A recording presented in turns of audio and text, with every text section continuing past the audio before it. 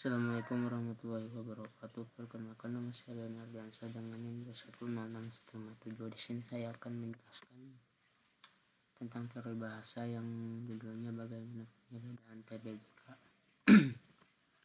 Yang pertama ada tahapan-tahapan penyederhanaan TBBK.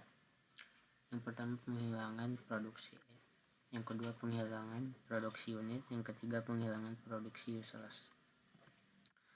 Penghilangan produksi adalah produksi dalam bentuk A menghasilkan E atau epsilon, atau bisa dianggap sebagai produksi kosong atau empty.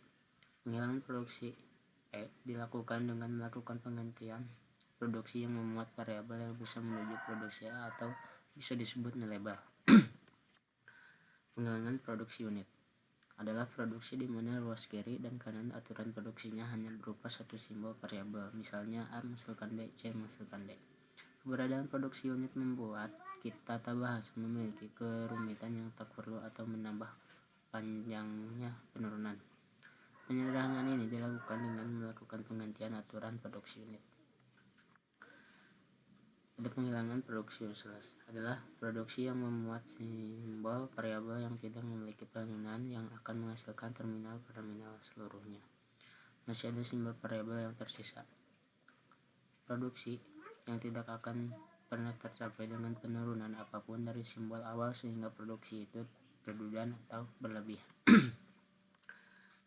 Contoh penyederhanaan dari soal S menghasilkan B ACA, B menghasilkan AC, A menghasilkan DC, dan epsilon, C menghasilkan D, dan epsilon, D menghasilkan D. Yang pertama penghilangan produksi E. C menghasilkan epsilon, maka A menghasilkan DC, maka akan A menghasilkan DC atau D. B menghasilkan AC, maka B akan menghasilkan AC atau A. S menghasilkan BACA, maka S akan menghasilkan BACA atau BAA. A menghasilkan kosong, maka B menghasilkan AC atau A, maka B akan menghasilkan AC atau A atau C. S menghasilkan BACA atau BAA, maka S akan menghasilkan BACA atau BAA atau BCA. Penghilangan produksi unit.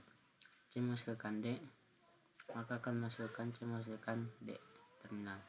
B menghasilkan AC atau A menghasilkan A atau menghasilkan C, maka B akan menghasilkan AC atau DC atau D. Penghilangan produksi useless.